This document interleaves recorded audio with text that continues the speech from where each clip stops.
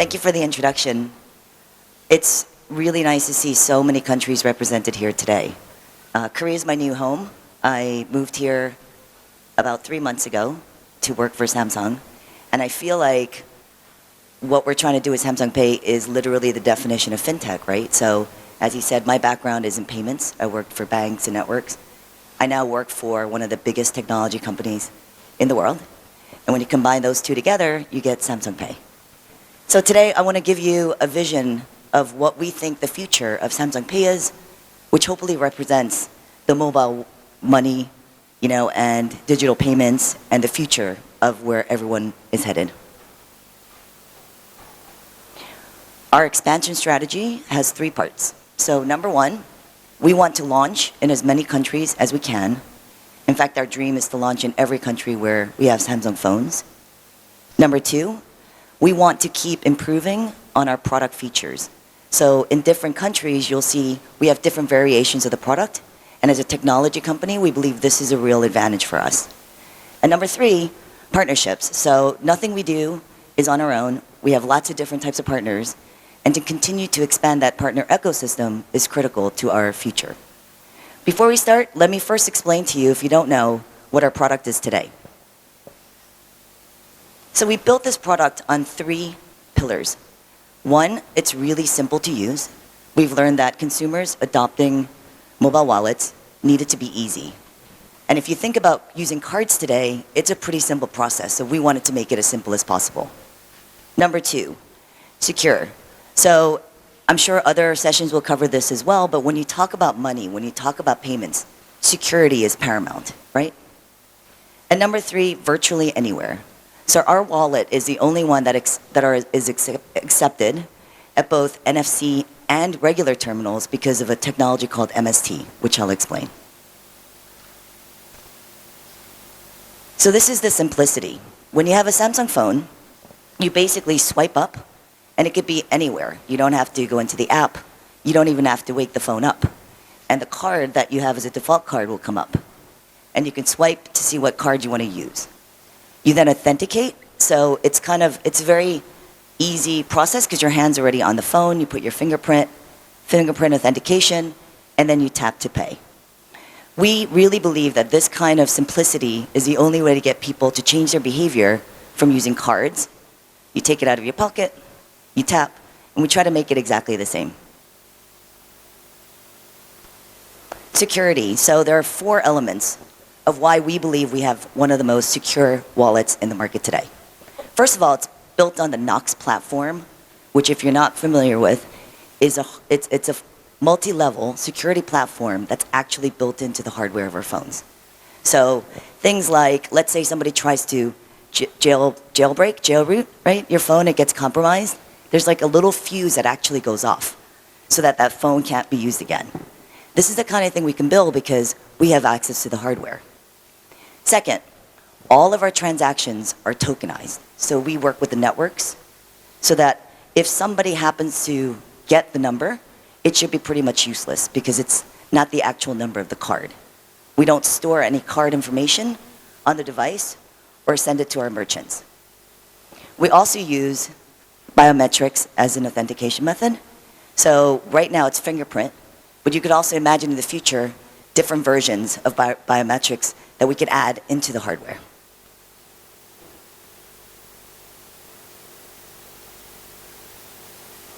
And finally, virtually accepted anywhere. So if you're not familiar, MST is a technology that we acquired. It's actually a physical little coil that goes into your phone. And what happens is, when you use it at a merchant point of sale, the machine literally thinks it just saw a credit card. So you don't have to go through all the conversion of NFC to contactless terminals or contactless cards. It just works. This is really important for us in markets like Korea or the US, where NFC penetration is not very high. And this is one that, again, from this technology advantage point of view, we believe that we're going to continue to be a better wallet. So let me just show you my favorite commercial from the US to show you how all of this works.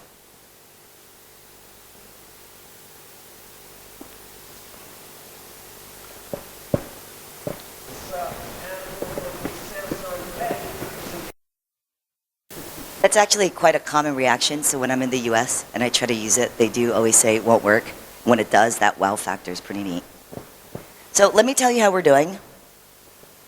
After 6 months of launching in the US and in Korea, we have over 5 million customers and $500 million of spend.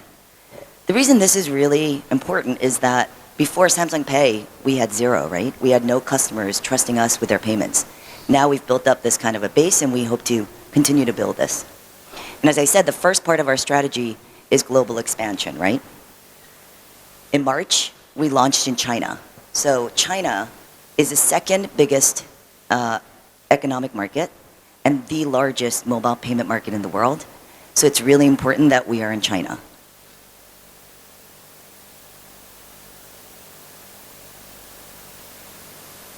So these are the 3 countries we're launched in, except, I don't know if you've seen the press, but yesterday we launched Spain.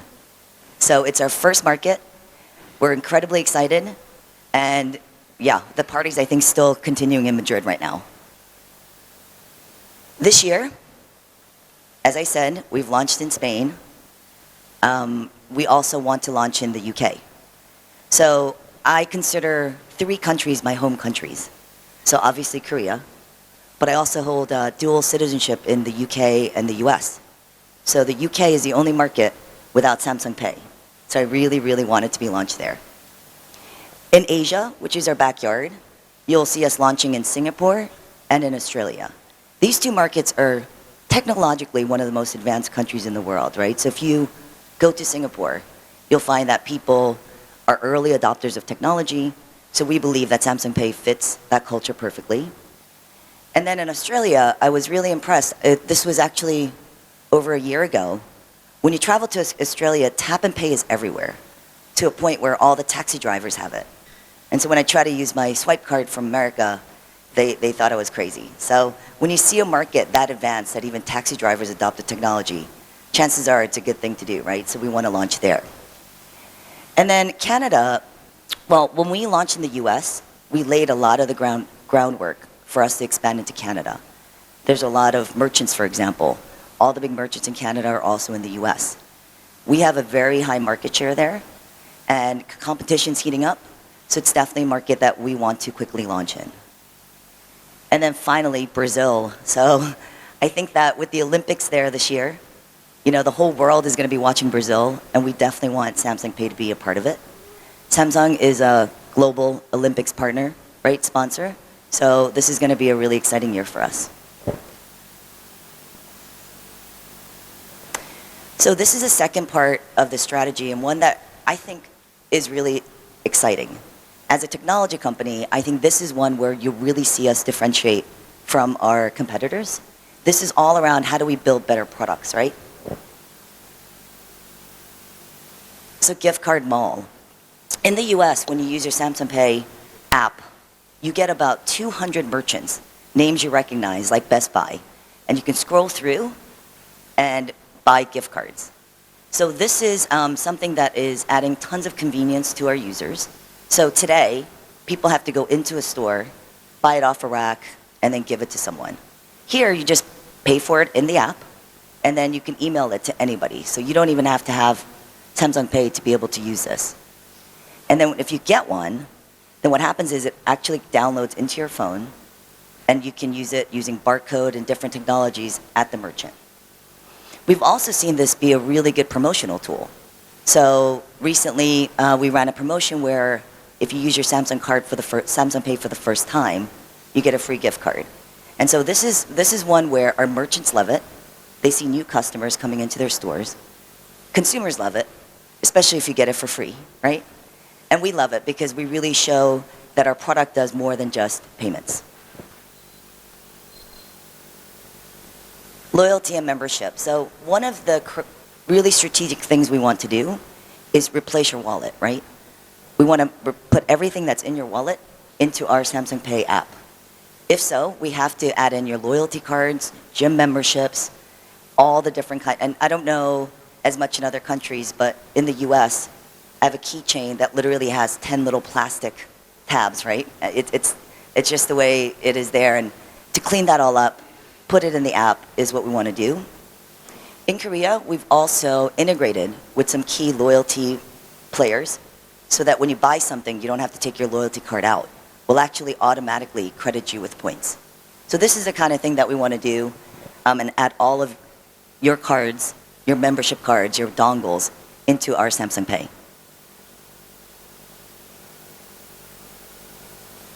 These are all the new product features that you can see on video. So let me explain ATM cash withdrawal. So in Korea, you can take your phone, tap it on an ATM, and get your cash out. I think we all want this cashless society that people talk about, but I think we all admit that that's a long time away. And the one thing I've seen here versus the US is that people actually do leave their wallets at home, right? Because in Korea, we've been able to add in all of the features that your wallet does, including taking cash out, because sometimes that is necessary. And that's what Samsung Pay is able to do. So I really love seeing this in this market because for me, when I go visit different countries, Korea becomes kind of the ideal for me. And we actually have a lot of reporters and people coming, and I hope you guys also get to experience just how much more advanced we can be with respect to payments, and this is something that I set the bar for other countries as well. So if I now move on to the third part of our strategy, it's around the partner ecosystem. So we have a lot of different types of partners we work with, including the ones that are obvious, like the banks, but also quite a lot with merchants and loyalty partners. And one of the things that our CEO has said is that he wants Samsung to be the most partner-friendly company. And this is what I say to the partnerships, right, that I go to, where I'd really like Samsung Pay to be the most partner-friendly wallet. The other thing that I've been experiencing as I sort of speak to our partners is there's a real opportunity here to do something different, to do something more, right? So we can go and just replace your wallet. But in this digital engagement, can we do something that's never been seen before? And I'll give you some examples of that. So first and foremost, we enable payments. So obviously we have to work with cards and networks. We want to be the technology partner. We don't compete with them. And things we think about are, in the US, for example, and this would happen anywhere, if someone loses their physical credit card, you call and cancel, right? So for you to actually get a new credit card sometimes takes 2 to 3 days, sometimes longer. We instantly provision the new card in your wallet. So things like that, where you can't really do that in real life, but in a Samsung Pay experience you can do, are things that we're exploring with all of our partnerships. As we expand to more markets, our global partners, which are the networks, as well as the banks, will always be critical and first to enable us to launch.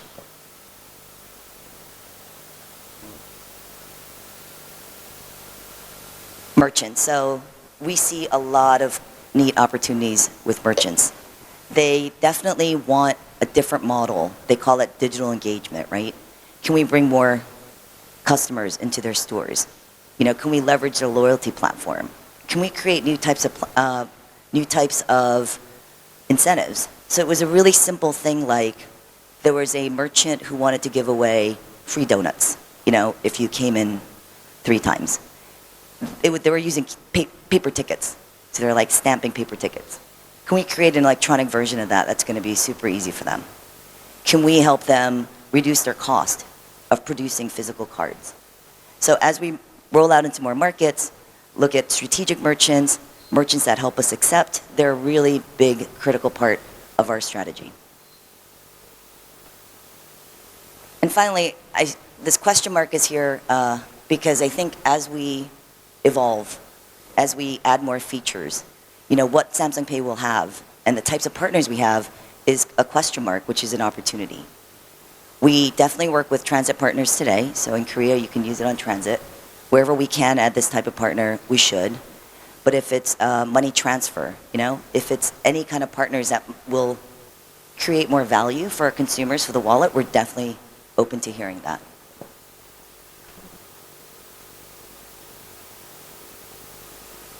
So with that, these are all the partners we work with today. As you can see, it's a global logo page. I hope in the future I have many, many slides with many more logos. I am here with my team today. If there are opportunities to work together, please come speak to us. And thank you very much.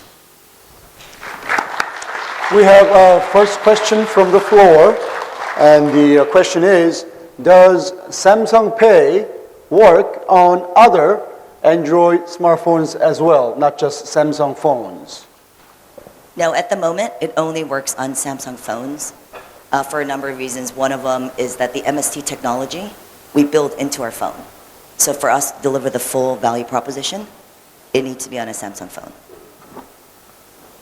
Yes, sir. David first. Great. So I'm a fintech trainer, and I train bankers about fintech. And obviously I tell them about Apple Pay, and they know about it, and they understand it, and they appreciate it. And then I tell them that there is something much better. And then I tell them the story of Loop Pay, which you acquired for approximately $250 million in February 2015. And Loop Pay is a genius technology, much better than Apple Pay. It's not like a little bit better, it's like much better, okay? Because for Apple Pay, merchants have to install hardware, software, or both.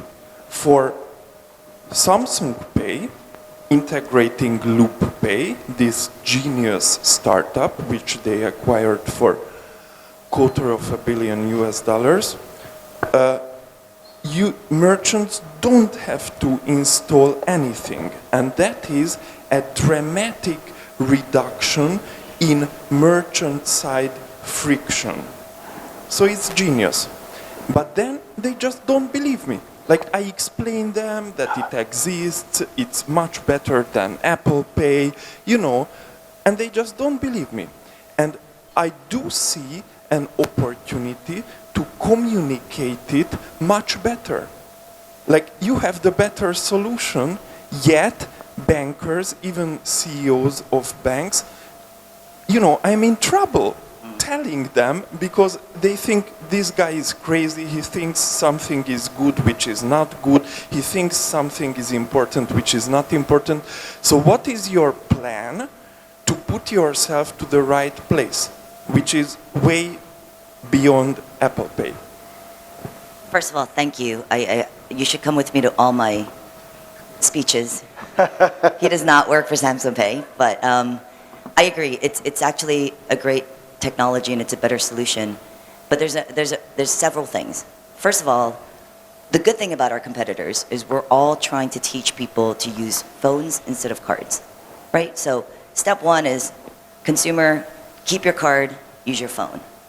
Then on top of that, when we try to explain MST, it's not as, sometimes it's obvious, sometimes it's not. I mean, I could talk about payments all day. Most people don't think about it. So we found that once you get it, once you understand it, people love it. So we're putting a lot of efforts in exactly what you're saying, which is communications.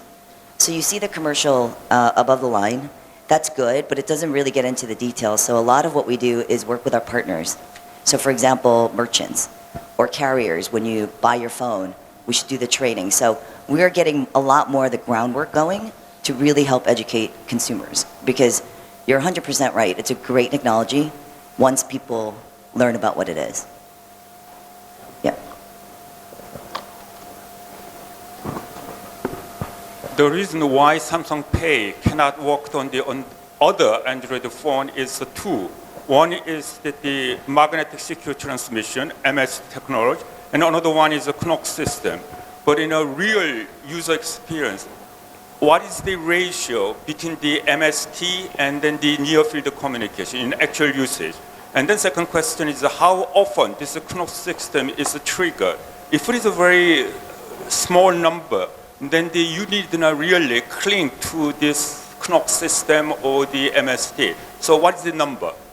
So thank you for, that's right. It's the MST and the Knox. In markets where NFC is not prevalent, so what happens is when you use a phone, it defaults to NFC first. So if the contactless terminal is there, it'll go NFC, and then it'll flip to MST. I don't know what statistics I can share, but yes. In actual usage, you must have a statistic. So what is the NFC usage and what are the MST usage? So you at, must know this statistic. so at the moment, it's about 3 to 1 because of the countries we've launched in, where we're seeing MST? MST. MST, I see. So you cannot really abandon this MST. Well, not in countries like the US or Korea where NFC penetration just isn't high enough, and we want to be accepted anywhere. Why frequency of clocks triggering? Sorry. Can you elaborate? You have a Knox excuse me one security second. system installed in hardware. That's Yes. the reason why you cannot use the Samsung Pay in an Android phone. Yes. So how frequent this Knox system is triggered in actual usage? Sorry, is your question how often is Knox triggered? Yes. If it is a very minimal number, then it is just the brand image. So how often is it really triggered? So Knox is actually a container, right, for Samsung Pay. So it's not as... And you mentioned that it breaks down the phone system. Oh, I see, okay. So Knox as a platform, right, Samsung Pay is built into it. So it's not really triggered, but it's really a part of it. The example I was giving was, does somebody if somebody tries to break into the phone, then Knox will shut it down. That, In your operation, data operation, yes? how often this Knox platform is triggered such that it locks down this payment system? Yeah, I don't know that answer because that's a hardware All Knox right. answer. We're going to move on to next question. We have a question from a lady. I'm Diane Lee from Enterprise Island, Irish government agency. And then I'm using the Samsung's Android phone, but unfortunately my phone is a little bit old, 2-year-old, so that I do not have any user experience for the Samsung Pay, unfortunately, maybe next time. But at the moment, and I have 2 questions from your presentation. Your among the partner ecosystems, you also mentioned that the membership and the loyalty partners and gift card. And since I do not have any user experience, I was wondering, is this feature is already in practice, or that is your plan? And if that is just at the planning phase, and then what is the timeline or roadmap for the launch of these services? My second question is that I'm just understand that the Samsung Pay's business model from the news articles and then the mostly, and then I just wondering, your Samsung Pay system is now that on a revenue sharing model, or that they just that the additional customer service model? Given limited time, let us make one single question for you to choose to answer, and let's move on. Sure. So I'd like to show you how it works on my phone, but all of the features, except for the ATM, is available both in Korea and in the US. And at the moment, Samsung Pay, we do not charge our issuers, and it's a service that we provide with the phones. Okay. One final question, and then we move on. Yes, sir. So very quick. Yesterday was this conference about Internet of Things.